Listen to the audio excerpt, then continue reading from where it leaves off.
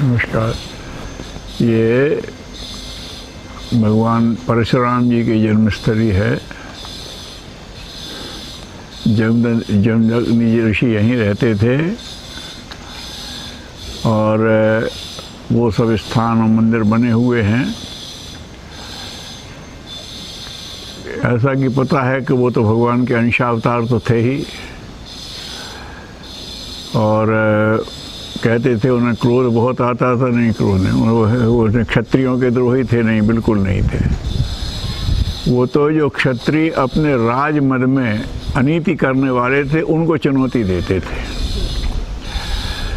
वहाँ रघुवंशियों की तरफ कभी नहीं गए, जनक की तरफ कहीं नहीं गए। तो जब सुनाई देता था कि अमुक राजा है और राजमद में ये अनीति कर रहा है तो जाके कहते थे। तो ब्राह्मण बन के जाते थे, पीठ पर फरसा आगे वो, और यही कहते थे कि राजन ये उचित नहीं है, आपकी वंश परंपरा ऐसी नहीं है। तो अरे अपने मद में चूर, अरे भाई ब्राह्मण तुम तो भिक्षा मांगो और जाओ, कहाँ इन बातों में पढ़ते हो, राजतंत्र की बातों में पढ़ना नहीं चाहिए, ब्राह्मण हो भिक्षा मांगो और जाओ। तो अच्छा, तो भिक्षा दोगे जो मांगेंगे? हाँ मांगो। तो फरसा उतार के कहते हैं युद्धम देहि, या तो हमारी बात मान लो या तो युद्धम देहि। फिर जो आता था तो उनका परसा तो भगवान शिव जी का दिया हुआ था, अमोघ परीक्ष था, कोई टिकता नहीं था उनके सामने। तो उनका क्रोध भी आता था और विवेक भी बहुत पैदा था। बड़ा भारी तप किया था उन्होंने। ऋषि जमदग्नि को भी वो बड़े स्वाभिमानी थे। यही की घटना है। तो किसी बात से उनकी पत्नी से, वो अपनी धर्मपत्नी से नाराज हो गए। तो तब तक परशुराम जी पहुँचे।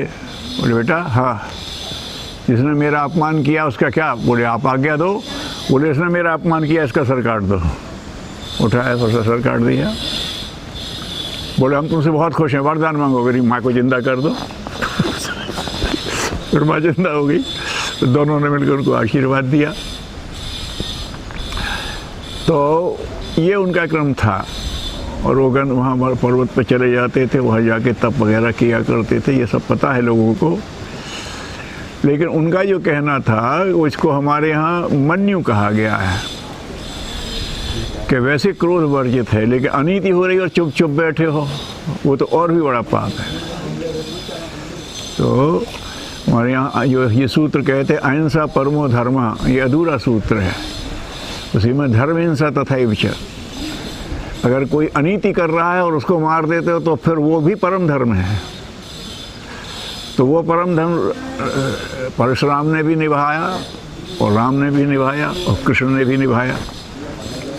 तो राम ही नाम था उनका। परशुधारी तो ये परशुराम हो गए, वो धनुर्धारी थे, वो धनुर्धारी राम हो गए। राम ही नाम रखा जाता था। राम जो सर्वत्र रमा हुआ है, जिसमें सबको लेने की क्षमता है। तो उनका ऐसा बड़ा तेजस्वी जीवन रहा। और शिव जी तो परम भक्त थे ही। वो भी कहीं कथा है कि वहाँ गए तब कर रहे तो शिव जी ने परीक्षा लेने के लिए कुछ किया, तो क्रुद्ध होकर के उनने फरसा चला दिया, आघात कर दिया। तब उनने फिर वो परशु दिया था कि लो अब तुम जाओ, अनीति का तुम में भी इतनी बड़ी वो है कि तुम किसी पर भी अनीति देख करके करते हो तो तुम अनीति का वो कर सकोगे, नीति के साथ न्याय कर सकोगे। तो ये वो सिद्ध परशु था फिर। तो मतलब कोई भी दिव्यास्त्र उसके सामने चलता नहीं था। दिव्यास्त्र आ जाए तो वो बीच में कर दें तो वो समाप्त हो जाता। पहले दिव्यास्त्रों से सब ये जितने योद्धा होते वो तपस्वी होते थे। आजकल वो कौशल से नहीं है, अस्त्र वैसे नहीं थे, अस्त्र। तो ऐसा उनका बड़ा वो जीवन था। और वो प्रसंग तो सबको पता ही है कि राम जी का धनुष टूटा तो उसको सुन करके वो आए थे शिव जी के परम भक्त, किसने तोड़ा। तो कहते हैं कि उनको बड़ा अभिमान था हमारे शिव जी के धनुष पर। लेकिन अब वो बताते हैं ना कि ये उन्हें मालूम था कि आगे भी अवतार आना है, वो पूरी तैयारी के लिए आए थे। तो उसी उसमें अपने क्रोध में नाराज होते रहे। लेकिन जब वो प्रसंग उसमें रामचरितमानस में है संकेत में कि जब वो कहते लक्ष्मण ने दूसरे ढंग से बताने की कोशिश की, कह रहे महाराज काहे को नाराज हो रहे हो, बचपन में बहुत सी धनुषियाँ तोड़ी हैं हमने। तो मतलब हमारी सहाय समझ लें कि हम कौन हैं, तो नहीं माने। है देखो ये उसकी बात करता है ये लड़का। तो राम बोले कि अपराधी तो आपका मैं हूँ, आप उनसे काय को लज रहे हो, और आप हैं और विप्रवंश की तो ये प्रभुता आई है कि अभय हो जो तुम्हें डराई। तो बराबर ब्राह्मण ब्राह्मण कहे तो बोले सभा ने ब्राह्मण समझ रखा है तुमने, मालूम है कि मेरा ये कुल्हाड़ा क्या करता है, मैंने इसका किया है।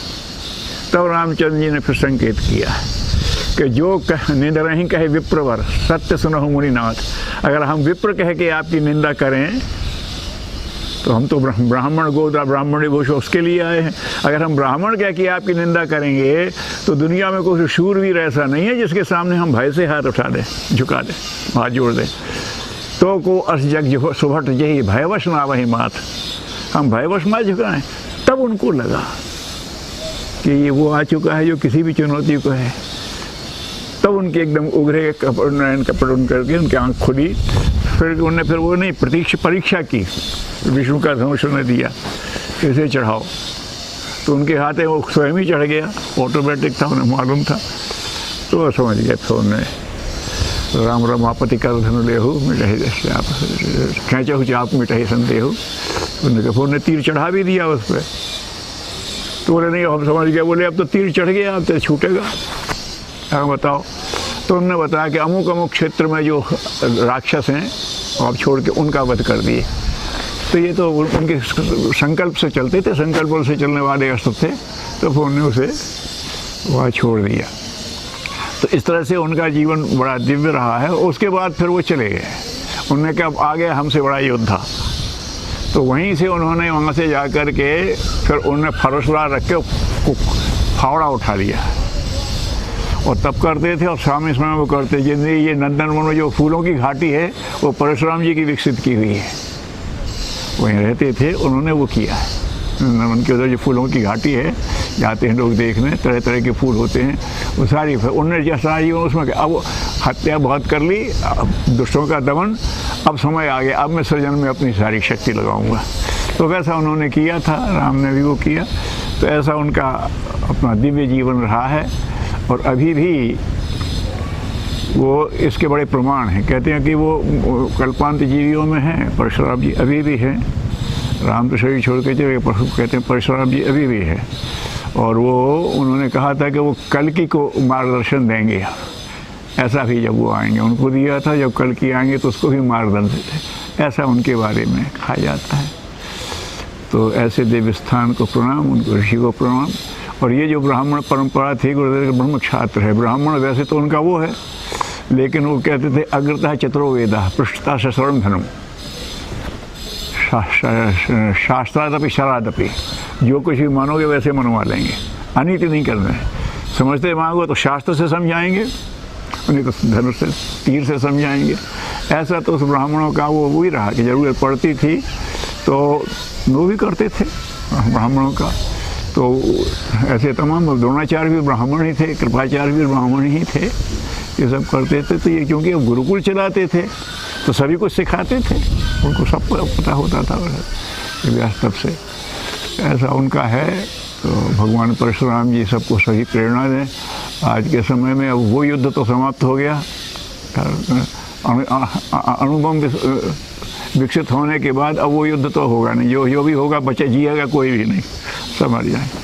अब आजकल विचार युद्ध चल रहा है, उसकी ज़रूरत है। तो गुरुदेव ने अपने यहाँ जो परशुराम जी का लगाया है, तो बोले हमारे विचार क्रांति का भी देखा, हम लोगों के उनने सर काटे थे, हम लोगों के विचार बदलेंगे। तो उस समय उसकी ज़रूरत थी, अब हम सिर्फ सर ही उनके विचार खोपड़ी बदल देंगे। तो ये विचार क्रांति का कुठार ले करके हम चले हुए हैं। तो वो विचार के ही है, अब आ जाते तो क्या करेंगे परशुराम जी, अब तो विचार का ही युद्ध रह गया है, उसी से करते हैं। तो वो जो है गुरुदेव ने कहा हम उनकी परिपाटी को लेके चल रहे हैं, भगवान परशुराम की परिपाटी को। और भी जो है वहाँ सब बने हुए हैं जिनकी कौन कौन सी परिपाटी है। तो ये भी है अनीति दमन को, जो उन्होंने कहा कि अगर अनीति का दमन नहीं करोगे तो नीति की स्थापना कर नहीं पाओगे, वो फिर वहीं के वहीं ले आ देंगे। अगर तुमने किया नहीं, लोगों को स्वस्थ बनाया और रोग के कीटाणुओं को नहीं मारा तो वो रोगी बना देंगे। इसलिए जो कहते परित्राणाय साधुनाम विनाशाय च दुष्कृताम, ये दोनों साथ साथ चलते हैं। विनाश की बात आप वो कर नहीं सकते। कोई नया बनाना, पूरा खंडर ढाना पड़ेगा तब नया बनेगा। वहाँ पर ज़मीन को जगह जगह गड्ढे खोदना पड़ेंगे तभी नींव बनेगी। तो ये दोनों साथ साथ चलने वाले हैं। तो उसका भगवान परशुराम जी ने बड़ा एक विवेक सम्मत और शौर्यपूर्ण उदाहरण रखा है। तो आजकल के समय में उस दिशा में इसका उपयोग होना चाहिए।